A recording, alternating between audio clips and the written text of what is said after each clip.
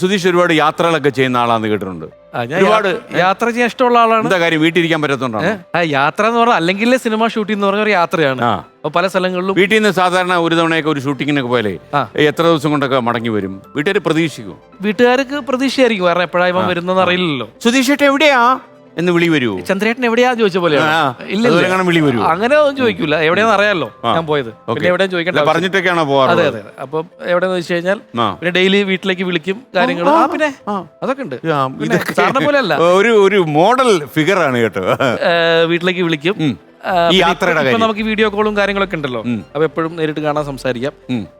പക്ഷെ എന്നാലും ഞാൻ ഷൂട്ടിംഗ് ഇല്ലാത്ത സമയത്ത് ഞാൻ ഭയങ്കര സാറ്റിസ്ഫൈഡ് ആണ് വീട്ടിൽ. ഈ യാത്രയിലൊക്കെ പോകുമ്പോഴേ സുധീഷ്, അപ്പൊ സുധീഷ് ഒരുപാട് സിനിമകൾ ചെയ്തല്ലോ, എല്ലാം കൂടി ഇപ്പൊ എത്ര എണ്ണമായി? ഒരു 10-200 സിനിമ ആയി കാണും. ഓ, ഈ കാലത്തിനിടയ്ക്ക്? ഈ കാലം എന്ന് പറഞ്ഞാൽ 10-38 വർഷമായില്ലേ. 38 കൊല്ലത്ത്. പക്ഷെ കണ്ടാ പറയില്ല കേട്ടോ, സുധീഷിനെ ഇടവേള ബാബുവിനൊക്കെ ഒരേ അവസ്ഥയാണ്. അല്ല 38 വർഷമായി പ്രായമാവും. അല്ല 38 വർഷമായി എന്ന് വിചാരിച്ചിട്ട് എനിക്ക് ഒരുപാട് പ്രായമായും സാർ തെറ്റിദ്ധരിക്കണ്ട.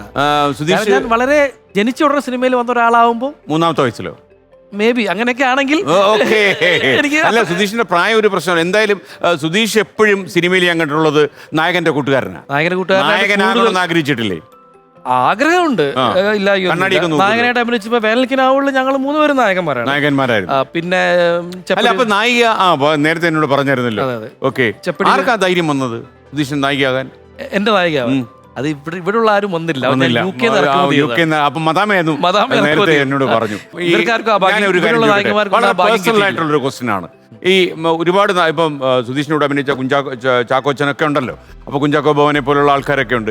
ഏത് നായകന്റെ കാര്യം ഓർക്കുമ്പോഴാ നമ്മുടെ രാവ് നിദ്രാവിഹീനമാകുന്നത്? നമുക്ക് ഉറക്കം വരാതിരിക്കുന്ന ആരുടെ സാഹിത്യമൊക്കെ പറഞ്ഞാൽ എനിക്ക് മനസ്സിലാവില്ല. അല്ല, നിദ്രാവിഹീനം പോട്ടെ, ഉറക്കം വരാ ആ നായകന്റെ കാര്യം ഓർക്കുമ്പോഴേ ഉറങ്ങാൻ പറ്റുന്നില്ല. നമുക്ക് ഒന്നുമല്ല, ഒരു പരക്ഷേമകാംക്ഷ, ഒരു വിഷമം. നമ്മളും അയാളൊക്കെ ഒന്നിച്ച് വന്നതാണ്, നമുക്കും തകർക്കാമായിരുന്നു. എന്നിട്ട് നമുക്ക് പക്ഷെ കിടന്നിട്ട് ഉറക്കം വരുന്നില്ല, പായൊക്കെ ചവിട്ടി കീറും. അത് എല്ലാ നായകന്മാരോടും എനിക്ക് അസൂയുണ്ട്. മോഹൻലാലിനോട് പ്രത്യേകിച്ചും ഉണ്ടോ? ആ അഭിമന്യു കണ്ടതിന് ശേഷം പിന്നെ ഉറങ്ങിയിട്ടുണ്ടോ എത്രയോ ദിവസങ്ങൾ? അല്ല, ഈ ചില വേഷങ്ങളിലൊക്കെ തന്നെ മണിച്ചിത്രത്തിൽ തന്നെ മോഹൻലാൽ അഭിനയിച്ച ഡോക്ടർ സണ്ണിയുടെ വേഷം ഞാൻ ചെയ്തിരുന്നെങ്കിൽ എങ്ങനെയിരിക്കും കണ്ണാടി നോക്കി അഭിനയിച്ച് നോക്കിയിട്ടുണ്ടോ? അതൊന്നും ശരിയാവില്ല, കാരണം പറയാൻ തോന്നത്തില്ലല്ലേ. ലാലേട്ടന്റെ മമ്മൂക്കി എക്സെപ്ഷണൽ കേസാണ്. അത് പിന്നെ നമ്മൾ കമ്പയർ ചെയ്യാം. പിന്നെ അത് കഴിഞ്ഞാൽ പിന്നെ ബാക്കിയല്ല എല്ലാം നമ്മളായിരുന്നെങ്കിൽ കുറച്ചുകൂടെ പ്രൊഡ്യൂസർമാർക്ക് വിവരം വേണ്ടേ അല്ലേ? നമ്മളെയൊക്കെ കാസ്റ്റ് ചെയ്തിരുന്നെങ്കിൽ എന്തായിരുന്നു? കാശ് വേണമെങ്കിൽ നമ്മളൊക്കെ വെച്ച് പടം ചെയ്തോട്ടെ. ഓക്കെ, സുധീഷ്, ഈ യാത്രയിൽ ഞാൻ ചോദിക്കുന്നത്, ഇപ്പം സുധീഷ് ഇത്രയും സിനിമകളൊക്കെ ചെയ്തല്ലോ ഈ ചെറിയ പ്രായത്തിനായി. 38 ഇയേഴ്സിനകത്ത് ഇത്രയും 200 പടങ്ങൾ അല്ലേ? ചെറിയ ആദ്യ കാലങ്ങളിലൊക്കെ ഓരോ വർഷം ഓരോ പടങ്ങൾ. അതാണ് ഞാൻ പറയാൻ കാര്യം. ഞാൻ പഠിച്ചുകൊണ്ടിരിക്കുകയായിരുന്നല്ലോ, ഡിഗ്രി കഴിഞ്ഞിട്ടാണ് പിന്നെ മണിച്ചിത്രത്താഴ് ഇറങ്ങിയതിന് ശേഷമാണ് എനിക്ക് കൂടുതലായിട്ടും സിനിമകൾ വന്നത്. ആ സമയത്ത് യാത്രകളൊക്കെ എങ്ങോട്ടായിരുന്നു സാധാരണ മനുഷ്യനൊക്കെ കാണാൻ?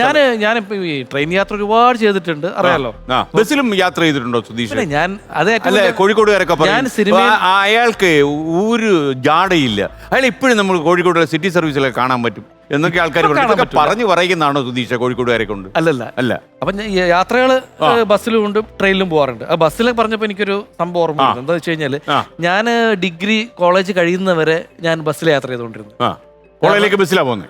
കോളേജ് ബസ് അല്ല, സാധാരണ കോളേജിലേക്ക്. ഇപ്പൊ അന്ന് സ്കൂട്ടറോ അല്ലെങ്കിൽ കാറോ അങ്ങനത്തെ ഒന്നും ഉണ്ടായിരുന്നില്ല. ആ സമയത്ത് ഞാൻ സിനിമാ നടനും കൂടി ആയിരുന്നു. പടങ്ങളിൽ വേനൽക്കിനാവുള്ള ആധാരം അങ്ങനെയുള്ള സിനിമകളൊക്കെ ചെയ്ത്. അപ്പൊ ഏറ്റവും വലിയ രസം എന്താ വെച്ച് കഴിഞ്ഞാൽ, മുദ്ര എന്ന് പറഞ്ഞ സിനിമ എന്റെ 2ാമത്തെ പടം, അത് റിലീസായ സമയമാണ് കോഴിക്കോട് രാധ എന്ന് പറഞ്ഞ തിയേറ്ററിൽ. റിലീസ് ചെയ്ത് 2 ദിവസം മറ്റേ ആയിട്ടുണ്ടാവുള്ളൂ തോന്നുന്നു എനിക്ക്. ബസ്സിൽ യാത്ര ചെയ്യുന്നു, എൻ്റെ അടുത്ത് ഒരാളിരിക്കുന്നു. അപ്പോൾ അയാളിങ്ങനെ എന്നെ ഇങ്ങനെ നോക്കിക്കൊണ്ടിരിക്കുക, കുറച്ച് നേരമായിട്ട് നോക്കിക്കൊണ്ടിരിക്കുക. അപ്പോൾ എനിക്കെന്നും, കാരണം എനിക്ക് അങ്ങനെ തിരിച്ചറിഞ്ഞുള്ളൊരു സിറ്റുവേഷൻ എനിക്ക് അധികം വന്നിട്ടില്ല അന്ന്. വന്നുകൊണ്ടിരിക്കുന്നുള്ളൂ, എന്നെ തിരിച്ചറിയുന്ന കാര്യമൊക്കെ എനിക്ക് മനസ്സിലാവുന്നില്ല. കുറേ നേരം കഴിഞ്ഞ് അയാൾ അതെ ഒരു കാര്യം ചോദിച്ചോട്ടെ എന്ന് പറഞ്ഞു. എന്താ? അല്ല, ഇവിടെ രാധാ തിയേറ്ററിൽ ഒരു സിനിമ ഇറങ്ങിയിട്ടുണ്ട്, മുദ്ര എന്ന് പറഞ്ഞ സിനിമ. എന്താ അയാൾ പറയാൻ പോണത്? അത് താങ്കളൊന്ന് കാണണം. എന്തേ? അല്ല, താങ്കൾ അതേപോലെ ഒരാള് അതേപോലെ ഇരിക്കുന്ന ഒരാൾ അതിൽ അഭിനയിച്ചിട്ടുണ്ടെന്ന് പറഞ്ഞു. അപ്പൊ ഞാൻ എന്താ പറയേണ്ടത്?